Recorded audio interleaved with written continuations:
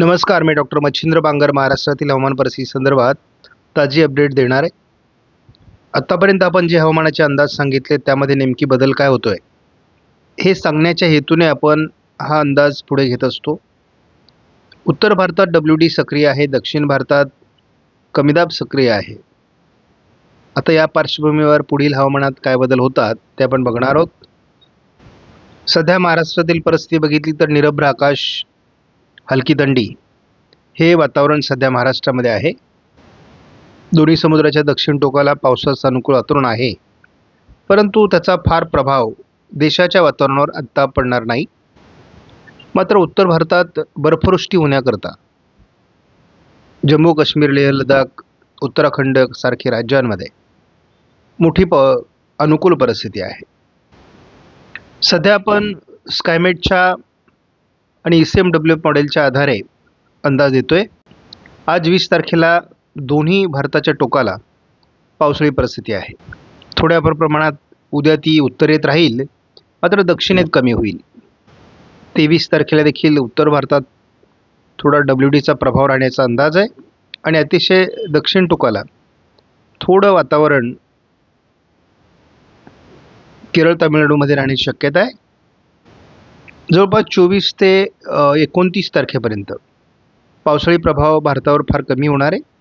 मात्र 29ला पुन्हा एकदा बंगालच्या उपसागरात तयार होत असलेल्या कमी दाबामुळे आणि उत्तर भारतात तयार होत असलेल्या WDमुळे उत्तर, पूर्व आणि दक्षिण भागात पावसाळी परिस्थिती निर्माण होऊ शकते, असा प्राथमिक अंदाज आपण यापूर्वी अनेक व्हिडिओमधून दिला आहे आणि तो कायम आहे. WD तीव्र होतोय, संपूर्ण पर्वतरांगांवर बर्फवृष्टी वाढते, पूर्व भारतातही पाऊस वाढतोय.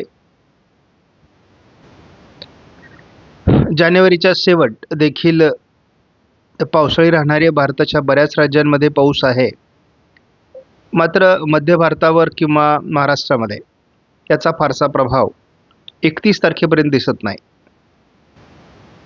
1 फेब्रुवारीला देखील हे पावसाळी वातावरण उत्तर, पूर्व, दक्षिण भारताच्या काही भागात राहण्याची शक्यता आहे. सातत्याने उत्तर भारतात WD 29 तारखेनंतर राहिल्यामुळे फेब्रुवारीचा आठवडाभर तरी थंडी राहील असं थोडं वातावरण वाटतंय. साधारण 4 फेब्रुवारीपर्यंत जरी आपण अंदाज बघितला तरी इथे स्पष्ट होतंय की उत्तर, पूर्व आणि दक्षिण भारतात ढगाळ वातावरण अधिक राहील. महाराष्ट्रावर याचा फार परिणाम होईल असं सध्या तरी दिसत नाही आहे. स्कायमेटनुसार ECMWF मॉडेलने डायरेक्ट 23 तारखेला उत्तर भारतात WDचा हलका प्रभाव दाखवलेला आहे. तोपर्यंत पावसाचं वातावरण नाही. 24 तारखेपासून 28 तारखेपर्यंत भारतात फारसं पावसाळी वातावरण असणार नाही, असाच अंदाज स्कायमेटप्रमाणेच ECMWF मॉडेलने देखील दिला आहे. 29ला मात्र पूर्व भारतामध्ये बंगालच्या उपसागराच्या किनारपट्टी भागात ढगाळ परिस्थिती निर्माण होऊ शकते. एक कमी दाब बंगालच्या उपसागरात तयार होऊ शकतो. उत्तर भारतात देखील WDसाठी अनुकूल परिस्थिती निर्माण होते. 30 तारखेला आपण बघतो उत्तर, पूर्व आणि दक्षिण भारतामध्ये पावसास अनुकूल स्थिती निर्माण होते आहे आणि उत्तर भारतामध्ये बर्फवृष्टी होणार आहे. 31 तारखेला आपण हे वातावरण बघतो, परंतु या वातावरणाचा 31 जानेवारीपर्यंत महाराष्ट्रावर कोणताही परिणाम होणार नाही. त्यामुळे शेतकऱ्यांना शेतीची कामं करण्यासाठी कुठलीही अडचण येणार नाही. 1 फेब्रुवारीपासून मात्र वातावरणात थोडा बदल अपेक्षित आहे. उत्तर भारतात WD, दक्षिण भारतात कमीदाब, पूर्व भारतातही त्याचा हलका परिणाम होणार आहे. मात्र महाराष्ट्रामध्ये देखील हलकी ढगाळ परिस्थिती वाढू शकते. 2 तारखेला आपण बघतो की WD हे अतिशय खालच्या बाजूने राजस्थान, गुजरातच्या दिशेने सरकत आहे आणि यांचा प्रभाव जर वाढला तर मध्य भारतात पाऊस होऊ शकतो आणि महाराष्ट्रावरही त्याचा परिणाम अपेक्षित आहे. 3 तारखेला आपण बघतो की पहिल्यांदा उत्तर भारतामध्ये प्रभावी अशा प्रकारचा WD आपल्याला या मोसमातला दिसणार आहे.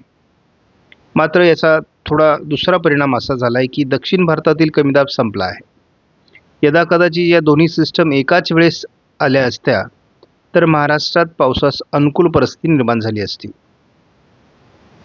सध्या बंगालच्या उपसागरामध्ये 1010 हेक्टोपास्कलचा हवेचा दाब आहे. अरबी समुद्रात 1012 हेक्टोपास्कलचा हवेचा दाब आहे, जिथे हलके कमी दाब निर्माण होण्यासाठी अनुकूल परिस्थिती आहे. 3 फेब्रुवारीपर्यंत एकत्रित अंदाज बघितला तर महाराष्ट्रात अजून तरी पावसाळी अंदाज स्पष्ट नाही. मात्र पूर्व, उत्तर आणि दक्षिण भारतात हलका पावसाचा अंदाज कायम आहे. आपण जानेवारीच्या अंदाजामध्ये साधारणपणे जानेवारीत पावसाळी परिस्थिती निर्माण होणार नाही असा अंदाज दिलेला होता आणि तसंच घडताना दिसतंय. त्यामुळे जानेवारीत पावसाचा अंदाज महाराष्ट्रात तरी शक्य नाही. मात्र फेब्रुवारीपासून थोडे उत्तर भारतात WD प्रभावी होण्याची शक्यता आहे आणि त्या पार्श्वभूमीवर मध्य प्रदेश, राजस्थान, गुजरातच्या काही भागात पावसास अनुकूल स्थिती निर्माण होऊ शकते आणि ती निर्माण झाल्यात महाराष्ट्रावरही त्याचा थोडा हलका परिणाम होऊ शकतो, असा आपला प्राथमिक अंदाज आहे. अजून हा अंदाज पक्का होण्यास वेळ आहे आणि आपण असं बघतो की WD बऱ्यापैकी राजस्थान, गुजरातच्या दिशेने सरकू लागले आहे. आपण बघतो की 1009 हेक्टोपास्कलचा हवेचा दाब राजस्थानवर तयार होतो आहे. साधारणपणे 2 फेब्रुवारीची ही परिस्थिती आहे. आपण या मोसमातला सर्वात प्रभावी अशा प्रकारचा WD उत्तर भारतात बघतो आणि साधारण 3 फेब्रुवारीला शिमला, नवी दिल्ली या भागात देखील पावसाचा अंदाज आहे. त्यामुळे पहिल्यांदा आपल्याला प्रभावी अशा प्रकारचा WD उत्तर भारतात सक्रिय होताना दिसतोय. शिवाय आपण असंही बघतो की राजस्थानवर सातत्याने 1009 हेक्टोपास्कलचा हवेचा दाब तयार होतोय. म्हणजे हवेचा दाब उत्तर भारतात कमी झाल्यामुळे WD अतिशय प्रभावी होणार आहे. मात्र याच्या उलट अशी गोष्ट या दरम्यान दक्षिण भारतातील कमी दाबांचा प्रभाव कमी झाला आहे आणि त्यामुळे या दोघांमध्ये ट्रप लाईन तयार होण्यामध्ये अडचणी निर्माण झाल्या आहेत. मात्र फेब्रुवारीतील ही पहिला प्रभावी WD येणं आणि हवेचा दाब कमी होणं या दोन गोष्टी फेब्रुवारीत पावसास अनुकूल स्थिती निर्माण करतात. त्यामुळे आपण बघूयात की जानेवारीच्या तुलनेत फेब्रुवारीतील वातावरण हे अतिशय सकारात्मक राहण्याची शक्यता आहे. आपणास व्हिडिओमधील माहिती महत्त्वपूर्ण वाटल्यास लाईक करा, शेअर करा, चॅनलला सबस्क्राईब करा. धन्यवाद. जय हिंद, जय महाराष्ट्र, जय बळीराजा.